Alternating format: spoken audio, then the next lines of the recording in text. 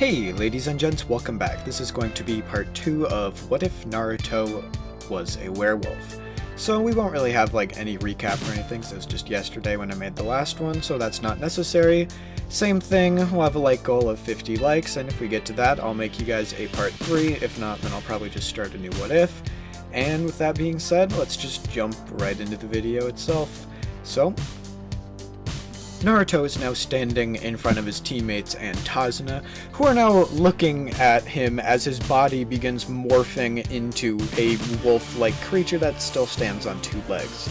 They are immediately on guard at this and think Naruto might be losing control or something to do with the Nine Tails, Kakashi thinks. He takes out his Sharingan and looks at Naruto, but Naruto calms them down pretty quickly. It's like, alright, so I can control this. This has nothing to do with the other whatever the fuck it is inside of me. This is completely different. This is my own power that's like nobody's ever had before. And they're like, what do you mean it's just your own power? Like you just developed some whatever that is, some beast transformation? And Naruto's like, well, kind of, but not exactly.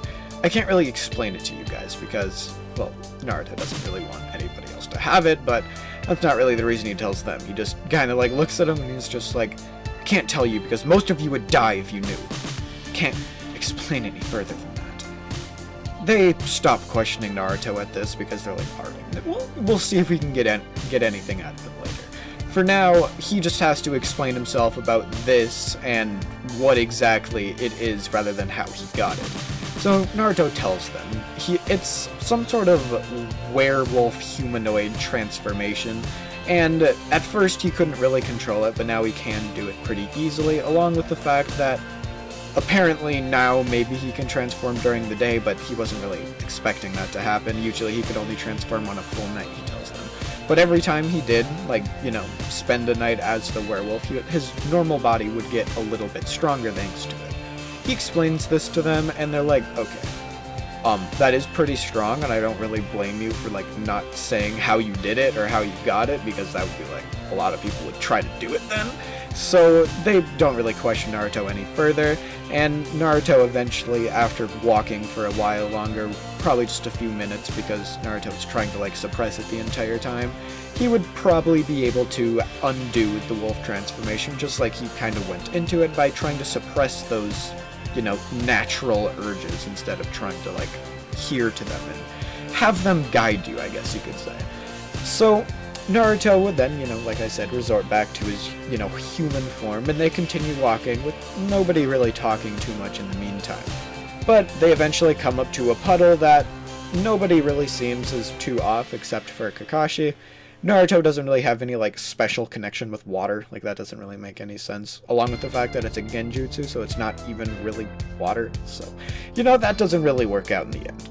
So, Kakashi does know that they're there, and the same thing would happen as in the original. Kakashi would seemingly die, but he actually didn't, just seeing what exactly his teammates would do in this situation, and he is, you know, pleasantly surprised to find out that they easily are going to be able to take them down.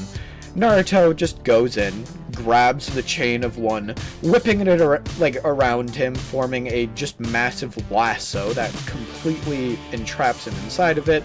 He then ties it a little bit at the end using the end of the hook, and turns around to face the other brother, who Sasuke had already captured as well. Since he was only fighting one and not both of them, he was actually able to make the other one surrender. So Naruto sees this, throws Sasuke a rope, and they tie the two up, and Kakashi then comes out and congratulates them on how well they just did. Like, that was really impressive to him. So they're, you know, they pat themselves on the back for this, but they continue moving on, and eventually something else would happen. They've been walking for quite a while now. They're actually almost at Tazuna's house, but suddenly a mist rolls over that is a lot thicker than what they'd been used to, you know, in past travelings to this area, including Tazuna, who literally lives there and has walked past the, you know, fog multiple times in his life. So they actually are like, alright, this is a little bit sus, and Kakashi begins theorizing of who it could be, and his mind settles to Zabuza Momochi of the Mist as a sword flies overhead.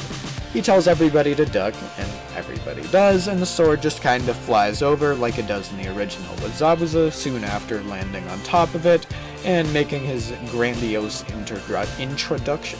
I can't speak words today. So Kakashi would go off and he would fight him pretty much just like he would do in the original, and this would obviously lead to him getting trapped inside of the water prison.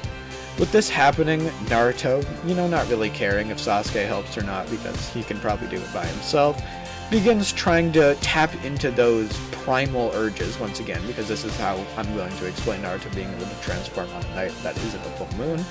So Naruto tries to tap into that once again, remembering the feeling and completely pretty much emptying his mind as he tries to walk across the water towards Zabuza. He's doing this in his mind. He eventually does so as hair begins protruding out of Naruto as long as his nails growing, and pretty much everything about Naruto changing as he runs across, now gaining massive speed across the water towards Zabuza. As Naruto gets near, Zabuza makes a few water clones, but they do absolutely nothing. Naruto swings his right hand, cutting one straight in half as it, just kind of splashes down. Naruto does a similar thing with the other, except going from the top because, he wanted to see that clean cut. Could be interesting. So he runs forward towards Zabuza now, who has pretty much no time to react.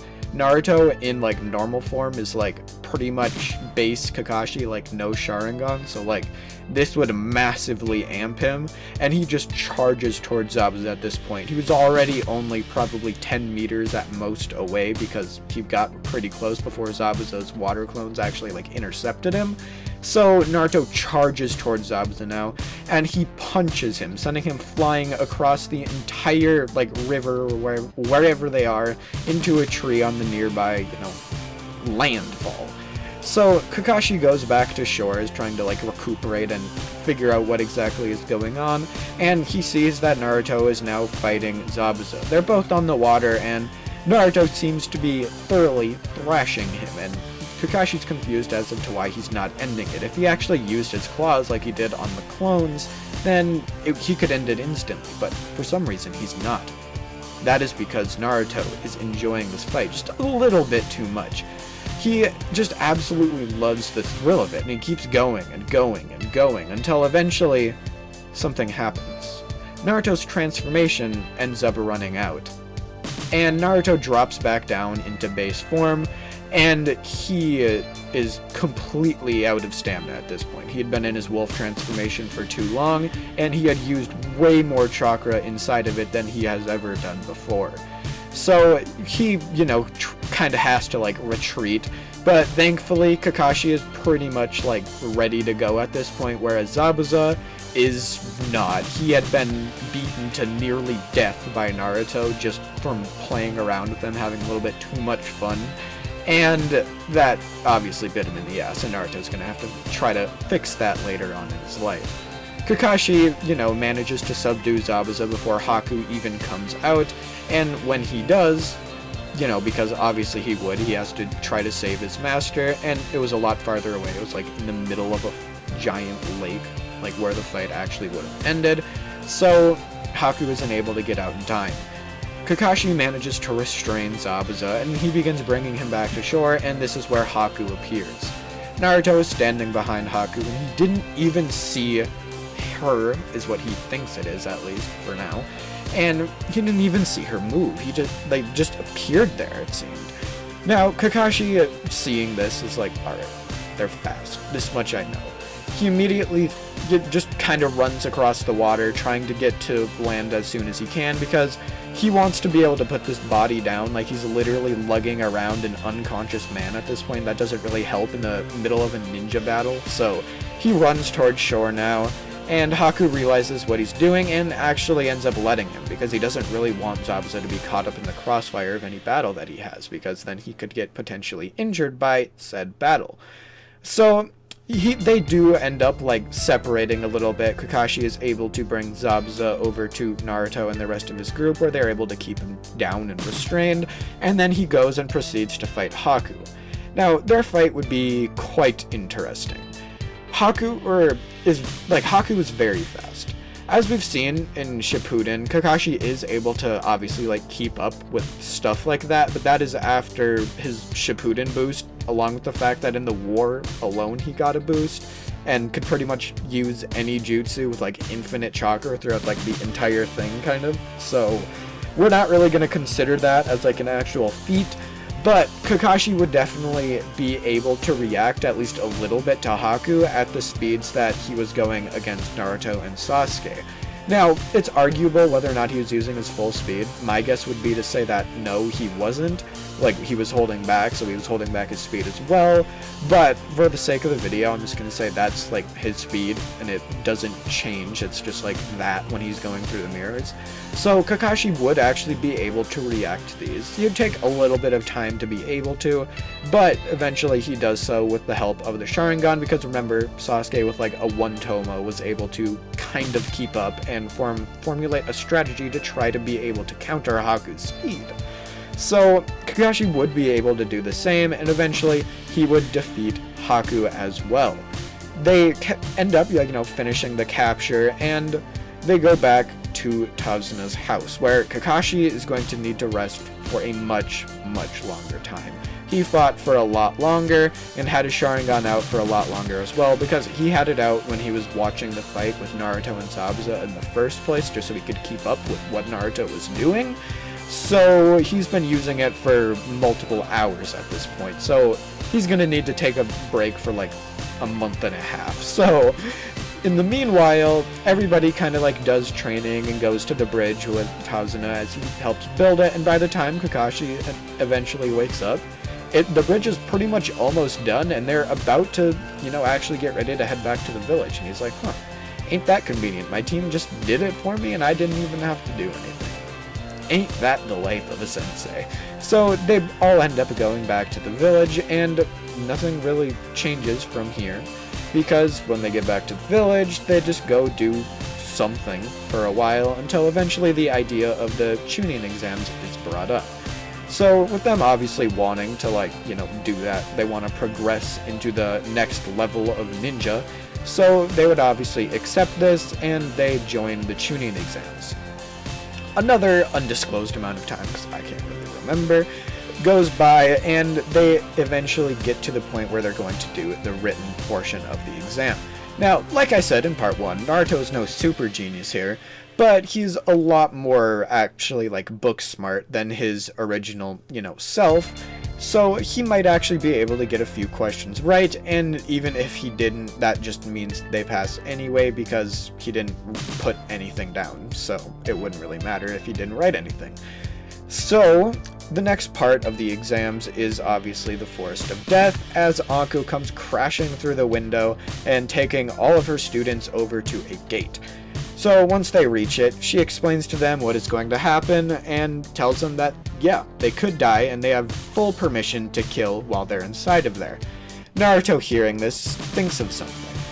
When he was a werewolf, he remembers just how good it feels to eat raw flesh, just how amazing it tastes, and the fact that it actually powers him up a little bit. Naruto has been doing this with animals for the longest time now.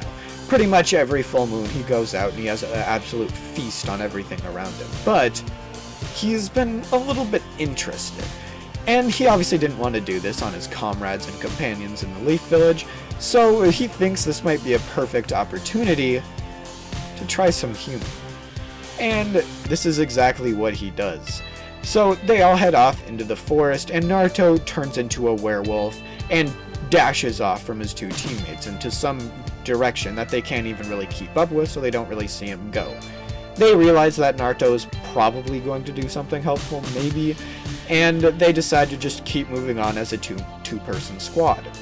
And as they continue moving on, eventually they do come upon Orochimaru. At this point, it's been quite a while, but Naruto still hasn't returned yet. So a similar fight to what would happen in the original does happen here, where Sasuke is trying his best to fend off, Orochimaru, but he's just not able to do it until Naruto arrives and helps him out. And that is the same as what happens here, but first let's go back to Naruto's perspective for this amount of time that passed by. So Naruto darted off in some random direction where he could smell something that, humans. He could smell that. So he goes off in that direction, and he finds... sorry to do it to you, but Kankuro. Now, I'm not saying sorry to you. I'm saying sorry to Kankuro because he's about to be GG goodbye by Naruto. So that's exactly what happened. Naruto jumps down from the tree he's on, and Kankuro is separated from his two teammates at this point. Naruto gives him a clean slash to the throat as he drops down to the floor, a little bit of blood spilling out as well. Naruto then decides, alright, I guess it's now or never, and chows down. So Naruto does, in fact, gain a much bigger power boost from this than he does from normal animals, but that doesn't mean it's as much as he was expecting it to be. It was a bit more, but it wasn't a massive amount to actually make it worth it. So Naruto decides he's probably not going to do that anymore, unless absolutely necessary, like he's about to die kind of a thing. So he decides he's not going to be doing that anymore. And he finds that Kankuro actually had the scroll that they needed. So he begins heading back to Sakura and Sasuke, and as he's traveling from the distance, he can actually see them and they seem to be battling with somebody. Naruto charges towards them at complete max speed now, and Sasuke and Sakura are about to be absolutely shutter-shocked by Orochimaru. He's about to put a curse mark onto Sasuke, however, something interferes.